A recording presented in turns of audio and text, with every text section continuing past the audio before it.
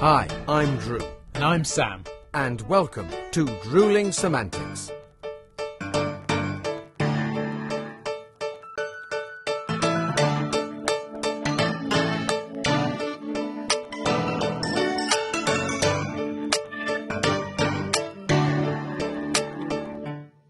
Hello, everyone. Welcome. Hello. Welcome.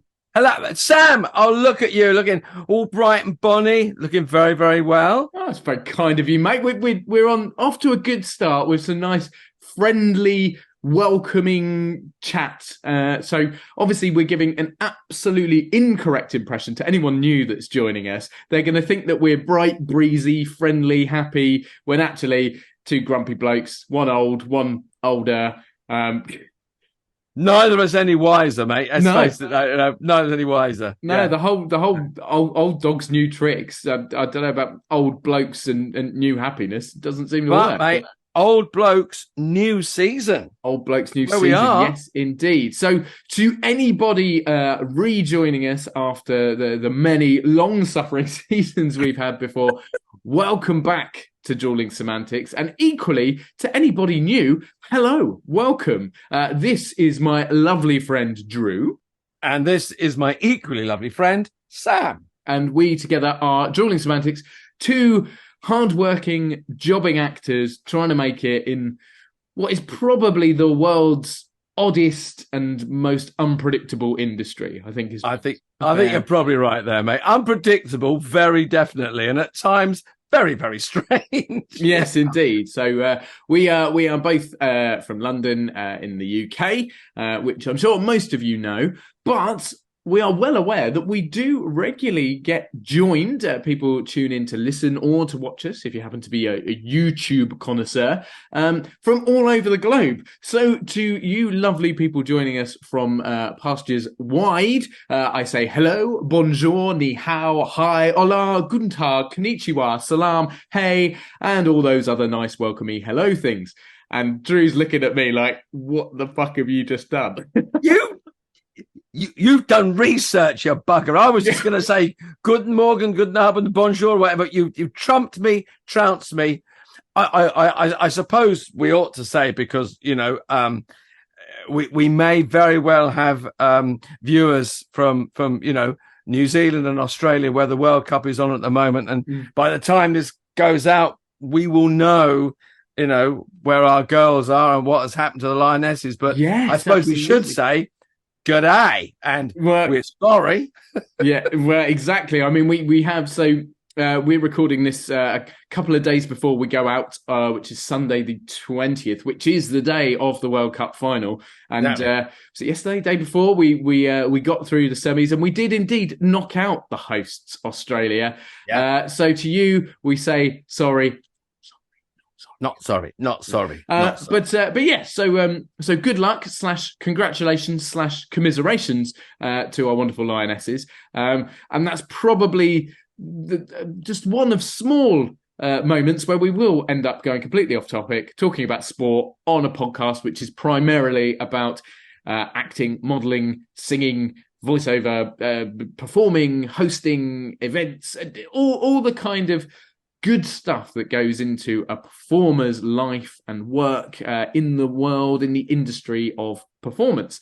Now, we do have to address something very important, Drew, and those people, lovely fans and followers who have been with us a long time, know that I was going to say we have a tradition. It's not necessarily a tradition. It's just something we always do. And that is making sure we have a drink when we are on the airwaves. Now, I almost always have something golden, sparkly, bubbly, a nice lager, and I'm guessing you're either on coffee or tea. I'm going to guess you are on coffee.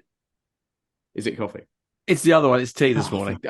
50-50 chance, and I failed. But anyway, cheers nonetheless. Here's to the wonderful upcoming, or the beginning of season 9. Cheers, everyone. Indeed.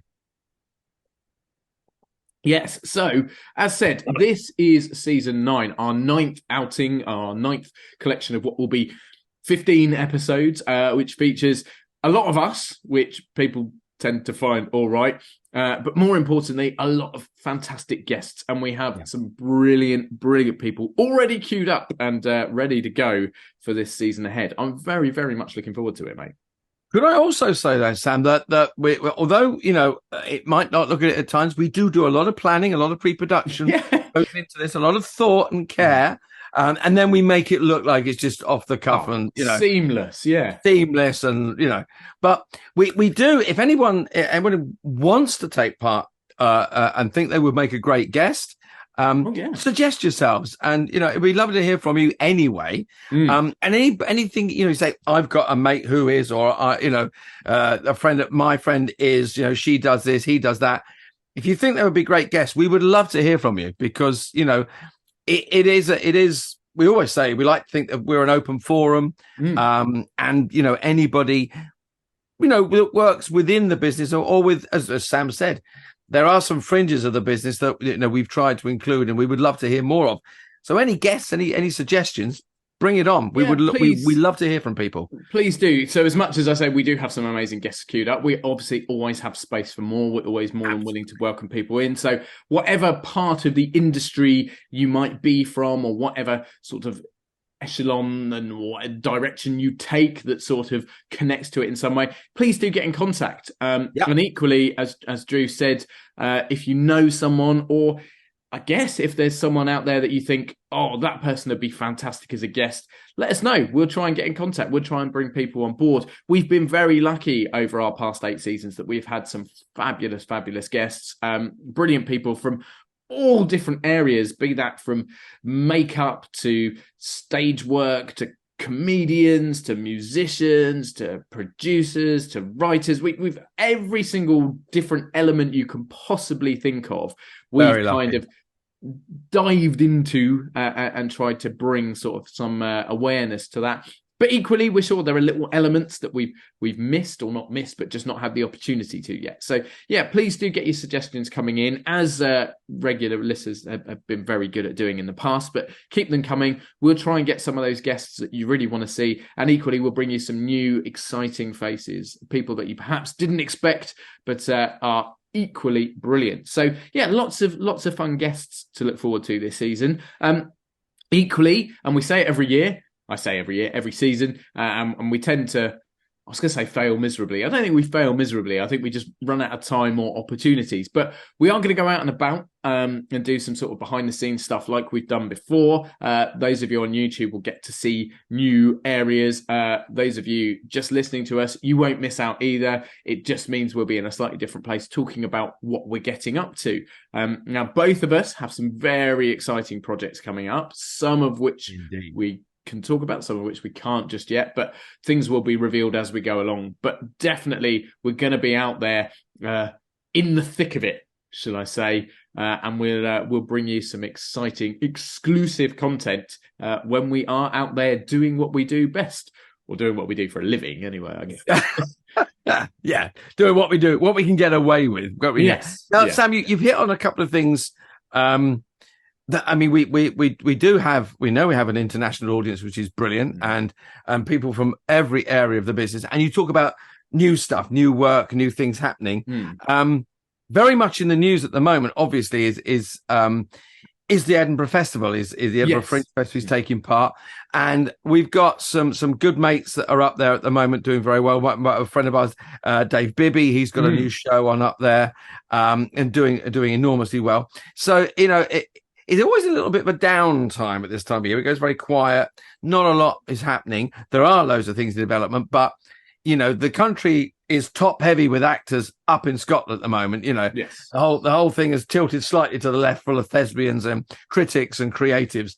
But interestingly, and we always try to bring a little bit of news and a few news items. And there's one news item that pertains very much to the Edinburgh Festival, is that in many respects, and in some respects, in some venues, are seriously under threat. Now, we all know that the Edinburgh Festival is one of the world's, if not the world's biggest and best arts festival, and the Fringe has become, for many actors and many performers, writers, creatives, a kickstart to their career, a stepping stone to careers, and forward projects. But because of rising costs, a lot to do with the unwelcome guests, for those of you that are just joining us, we have referred to COVID as the unwelcome guest in the past, which kicked off Drewling Samantics. That is still having an effect on venues and performers. Certainly, the fuel costs have not helped venues. So a lot of venues up in Edinburgh that work on a shoestring are still going this year. Some have closed, some aren't in evidence, and I think it brings it to home in a microcosm that just how fragile, but just how big an industry, how important an industry it is. And like many industries at the moment, it's we are suffering. We're still recovering from the unwelcome guest. We're still forging forward. That said, there are theatres opening. There are companies thriving. So it's not a whinge, but it's just a sort of. It's interesting how something as big as the Edinburgh Fringe, you thought that the Edinburgh Festival itself, you thought that would be almost untouchable and survive because of the number of people that go and watch and participate as performers. It's a very, very very thin line. It's a knife edge for many performers and creatives. Yeah, it's a difficult one, isn't it? Because as you alluded to there, Drewling Samantics started during lockdown because you and I were struggling, and I think it's fair to say that, struggling from sort of a mental health point of view, like a lot of people were, because we didn't have the contact. I mean, particularly in our field of work, you are always surrounded by people, so you are always able to communicate and spend time with people and share experiences. And that was obviously taken away from us for all the right reasons. I'm not suggesting that it wasn't the right thing to do, but it was quite a shock to the system. And particularly, you and I are very, very close friends, have been for a long time. And up until the point we were joined by the unwelcome guest, we probably hadn't gone a week without working together. Probably once or twice a week, every week for probably 2 or 3 years almost prior to this sort of kicking off. So it was a big shock to the system, and it was something that we decided we needed to do something about.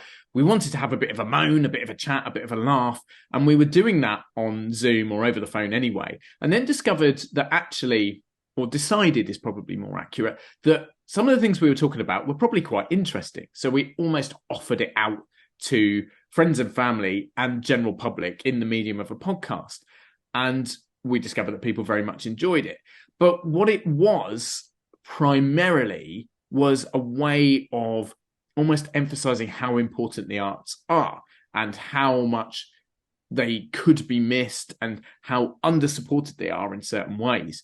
And where we've come to now, fast forward a couple of years, is COVID and the unwelcome guest are not in evidence in quite the same way. People are still getting it all the time.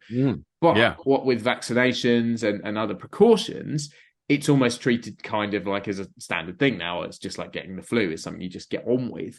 But as you say, the performance and entertainment industry is still in recovery mode. We were not like shops where we could just all of a sudden just open the doors again and pick up where we left off. That wasn't the case. We had to rebuild.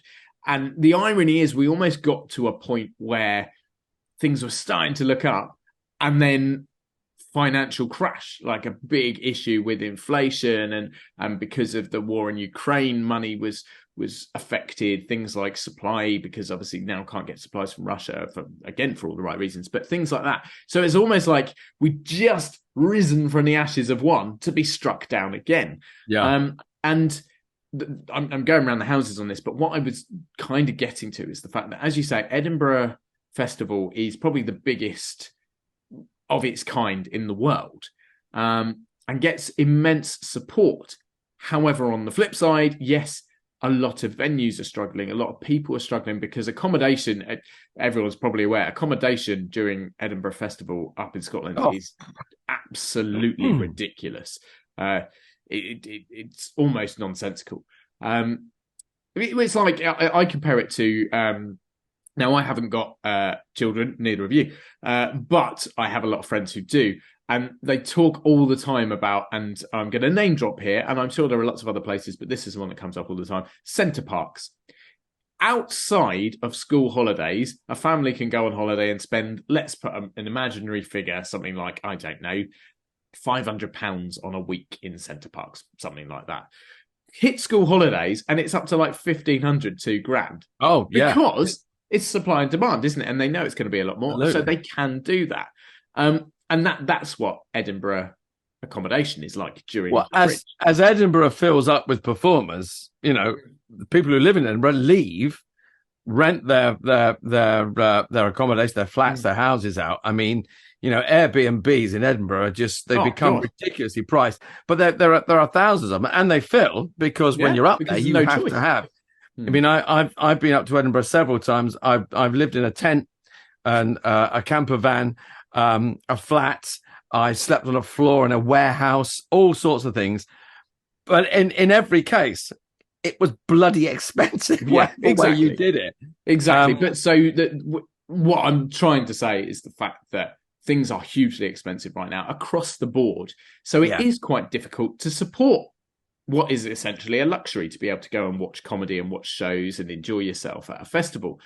But what is heartwarming is that people are doing it and they're pushing. And despite there being financial issues all over the country, all over the UK and globally, of course, people are still going, no, we need entertainment. We need comedy and theatre and film.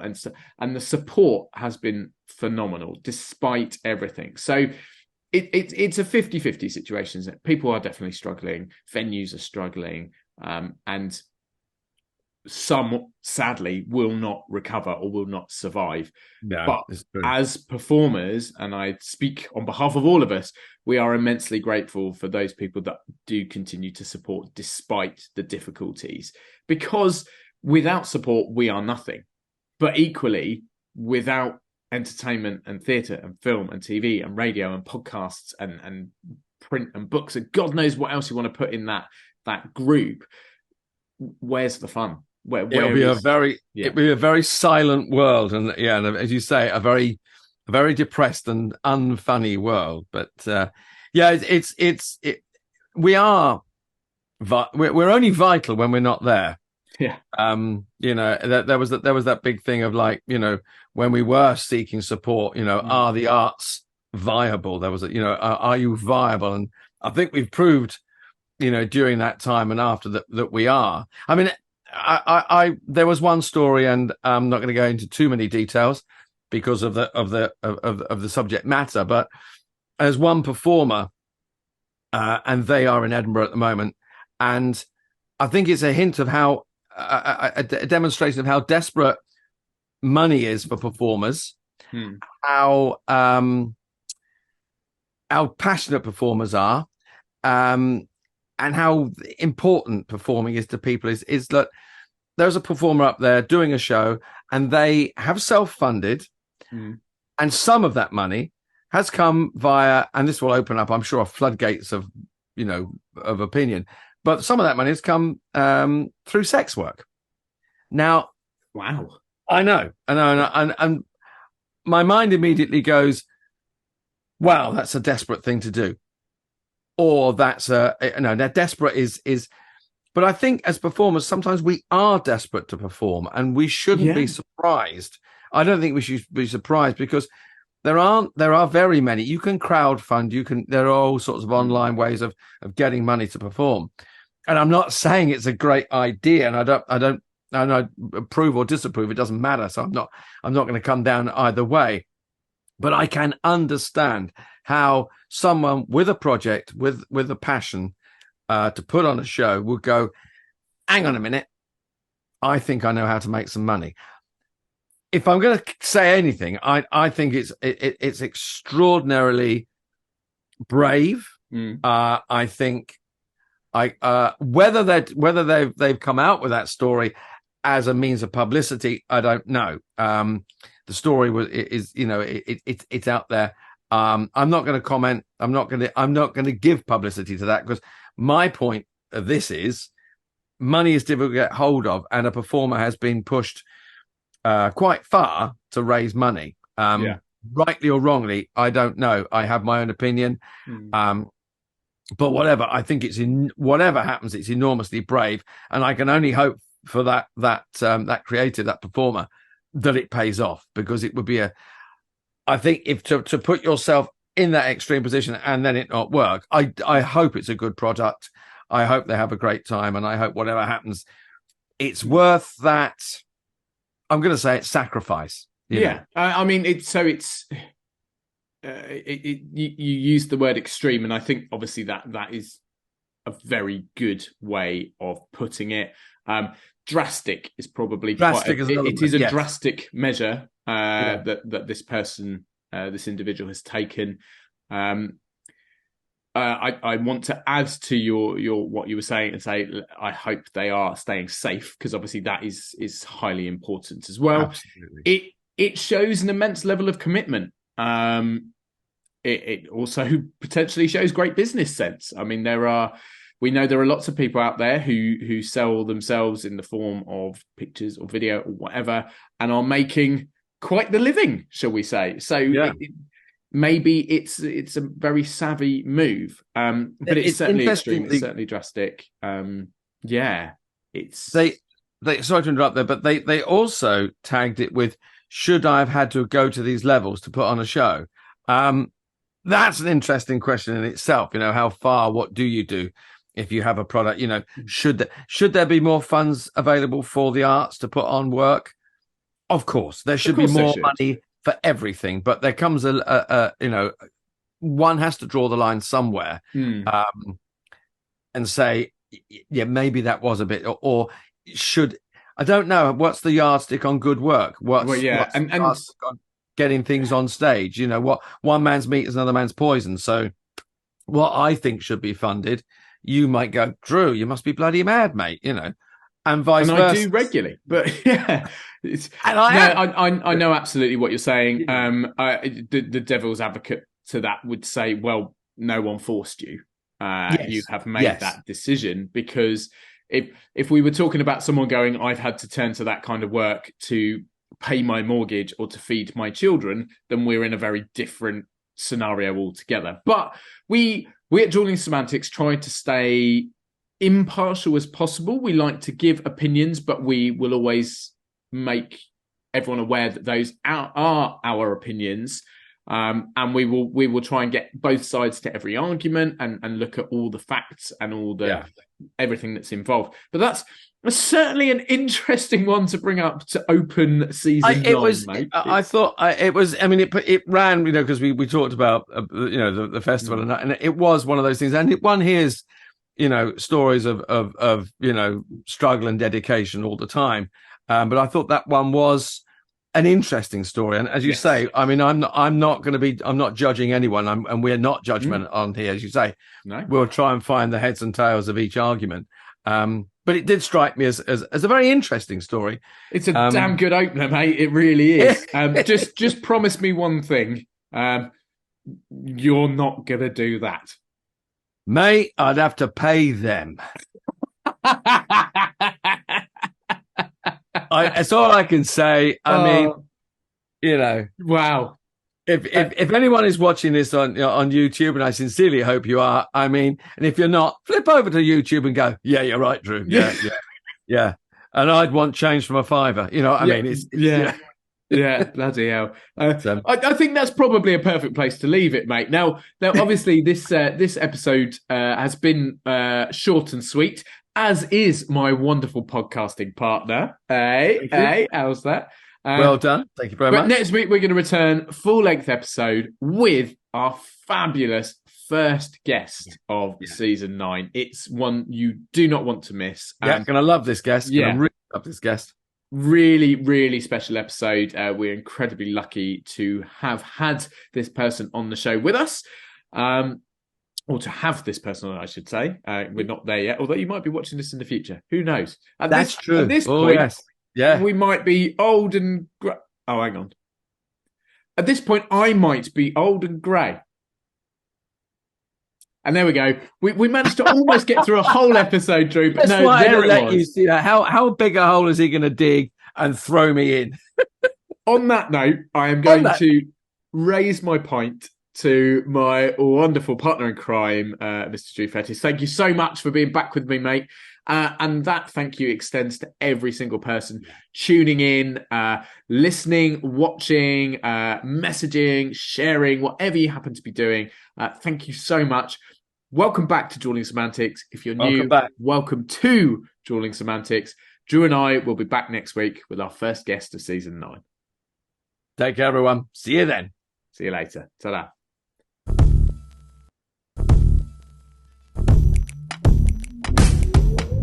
Thanks again for watching this episode of Drewling Semantics. Please make sure you subscribe to our channel and turn on notifications so you never miss a new video. Don't forget, we're also available as audio only. Just search Drewling Semantics in any good podcast app. And please support us on social media. All our links and handles are on screen now. We love welcoming new followers and subscribers, so why not share with your family and friends so they can join in too? Thanks very much. See you next time.